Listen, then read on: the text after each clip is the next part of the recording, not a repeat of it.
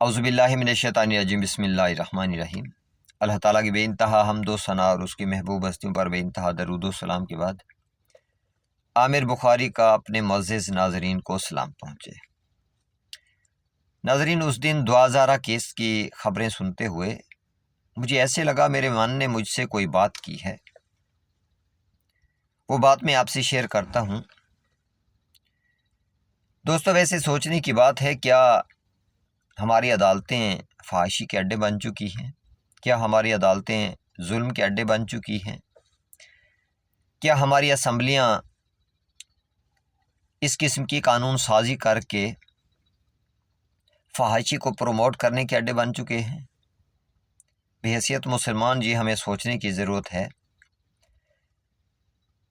देखें, जो अजीब व गरीब किस्म का रेस्पॉन्स था मेरे मन का मेरी अपनी ज़ात के साथ, क्योंकि मैं अकेला बैठा हुआ था उस वक्त, तो मुझे ऐसे लगा मेरे मन ने मुझसे बात की है, कहा है कि आमिर, अजीब जंगल है यहाँ शेर घास खाते हैं, कौवा कोयल सफ़ेद हैं, गधे संगीत गाते हैं। हैरान कुन बात है। सबसे पहला, और ये बेसाख्ता किस्म की बातें थीं जो मेरे मन ने मुझसे की, सबसे पहला गिला किससे हुआ? मुझे अपने शेरों से हुआ, अपनी आर्मी से हुआ, जिनको हम अपने शेर समझते हैं। अपनी ISI से हुआ, अपनी MI से हुआ, जिनसे हम बहुत सारी तवक्कुआत भी रखते हैं, जिनसे हम प्यार भी करते हैं। तो हमारे ये शेर पता नहीं नाकाम कैसे हो गए। इसलिए मेरे मन ने कहा कि आमिर, अजीब जंगल है यहाँ शेर घास खाते हैं। पहली चीज़, इस मुल्क में होने वाले इन वाक़यात ने मुझे हिला के रख दिया कि ये मेरा मुल्क फ़कत जंगल नहीं है, क्योंकि जंगल में कानून कुदरत होता है, हर मखलूक को अपने दिफा का हक़ हासिल होता है। लेकिन मेरा मुल्क सिर्फ जंगल नहीं है, बल्कि अजीब जंगल है, क्योंकि यहाँ पे मज़लूम को कानून की रस्सी से बांध दिया जाता है और जालिम को खुली छूट दी जाती है कि तू खुल के जितना चाहे जुल्म कर। तो इसीलिए शायद मेरे मन ने यही कहा कि आमिर, अजीब जंगल है ये मेरा मुल्क, सिर्फ जंगल नहीं अजीब जंगल है, यहाँ शेर घास खाते हैं। मेरे शेर जो दहशतगर्दों पे झपटने वाले थे, मेरे मन में एक एहसास था उनके लिए, ये नेगेटिव किरदारों पे झपटने वाले हैं, हमारे शेर हैं, उनको घास खाने पे किसने मजबूर किया? सोचने की बात है। और जहाँ पे प्यार ज़्यादा होता है, जहाँ पे तवक्कुआत ज़्यादा होती हैं, जब टूटती हैं तो फिर गिला भी सबसे पहले उन्हीं से होता है।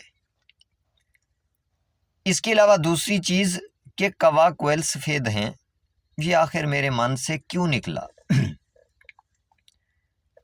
ये फ़ौरन हमारी अदालती निज़ाम पे ये बात गई कि हमारे जजेस को जाके एक वकील ने कहा कि कौवा सफ़ेद है, तो जजेस ने कहा हाँ जी कौवा सफ़ेद है। उस गैंग ने, उस दहशतगर्द गिरोह ने जाके कहा कि कौवा सफ़ेद है, जजेस ने कहा हाँ जी कौवा सफ़ेद है। तो इसका मतलब इस रियासत में कानून के मुताबिक भी कौवा सफ़ेद है। इस जंगल में कौवा वाकई सफ़ेद है, देख लिया हमने।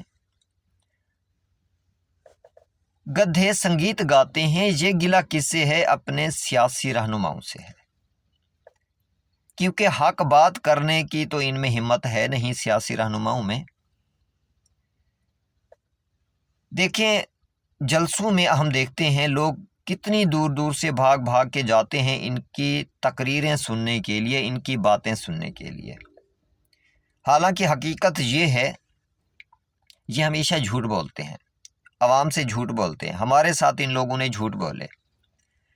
इसके अलावा इनकी नेगेटिविटी की इंतहा ये है कि ये एक दूसरे पर, दूसरे मुसलमानों पे इल्ज़ाम तराशियाँ करते हैं, उनकी किरदार कुशी की बात करते हैं। हालांकि मोमिन वो होता है जो दूसरे मोमिन की, दूसरे मुसलमान की या किसी भी इंसान के ऐब पे पर्दा डालता है, क्योंकि वो सतारुल उयूब ज़ात का बंदा है। تو اس وجہ سے انہیں تو چاہیے تھا کہ ایک دوسرے کے عیوب پہ پردے ڈالتے، لیکن سپیکر پہ کھڑے ہو کے اتنی بلند آواز سے یہ لوگ ایک دوسرے کی برائیاں کرتے ہیں، اتنے بلند و بانگ دعوے کرتے ہیں جھوٹے کہ جو بعد میں واقعی ثابت ہوتے ہیں، سامنے آتے ہیں۔ تو ایک صاحب حکمت ہستی نے قرآن کریم میں جو قصہ بیان کیا گیا ہے، اپنے بیٹے کو نصیحت کی، یعنی قرآن کریم کے مطابق سب سے بھدی آواز کس کی ہے؟ گدھے کی ہے، کیونکہ بہت زور سے اور بے ڈھنگے آواز میں وہ آواز نکالتا ہے۔ تو اسی وجہ سے ہمارے رہنما جو بنے ہوئے ہیں، سیاسی رہنما، ایک تو جھوٹ بولتے ہیں، جھوٹ سے بڑھ کے بھدی آواز اور کیا ہو سکتی ہے؟ جھوٹ بولتے ہیں اور اتنی زور زور سے کہ جیسے گدھے کے کان بھی پھٹ جائیں۔ شیطان نے اس لیے کہا تھا کہ میں انہیں حکم دوں گا تو یہ جانوروں کے کان پھاڑیں گے۔ تو یہ کان پھاڑنے والی یہی بات ہے کہ جھوٹ بھی بولتے ہیں، ایک دوسرے پہ الزام لگاتے ہیں، حالانکہ یہ اس دعوے کے ساتھ گئے ہوتے ہیں کہ ہم عوام کی جان و مال کی حفاظت کے قوانین بنائیں گے، جان و مال کی حفاظت کریں گے، عوام کی بیٹیاں محفوظ نہیں ہیں۔ ان میں سے کسی سیاسی حکمران سے، کسی سیاسی پارٹی کے رہنما سے اس معاملے میں نے ان کے جلسوں میں کوئی بات نہیں سنی کہ ہماری بچیوں کے ساتھ یہ کیا ہو رہا ہے۔ تو دوستو اس چیز پہ سوچنا ضرور، آپ کیا سمجھتے ہیں؟ بہرحال یہ میری ایک ذاتی انڈرسٹینڈنگ تھی، اپنے من کے اندر کی ایک بات تھی جس کو میں نے سمجھنے کی کوشش کی کہ یہ الفاظ میرے من سے کیوں نکلے۔ بے ساختہ نکلنے والے الفاظ جو ہوتے ہیں وہ سوچے سمجھے نہیں ہوتے۔ پھر بھی اگر ان تینوں اداروں کے حوالے سے کسی کی دل آزاری ہوئی ہو تو میں معذرت، کیونکہ میرا مقصد کسی کی دل آزاری نہیں ہے۔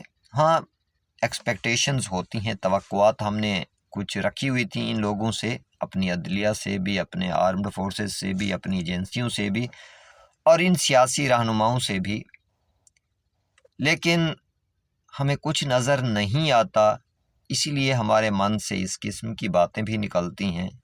یہ اور بات ہے، کوئی بندہ شیئر کر سکتا ہے، کوئی بندہ شیئر نہیں کرتا، لیکن احساسات تقریباً سب کے ایک جیسے ہیں۔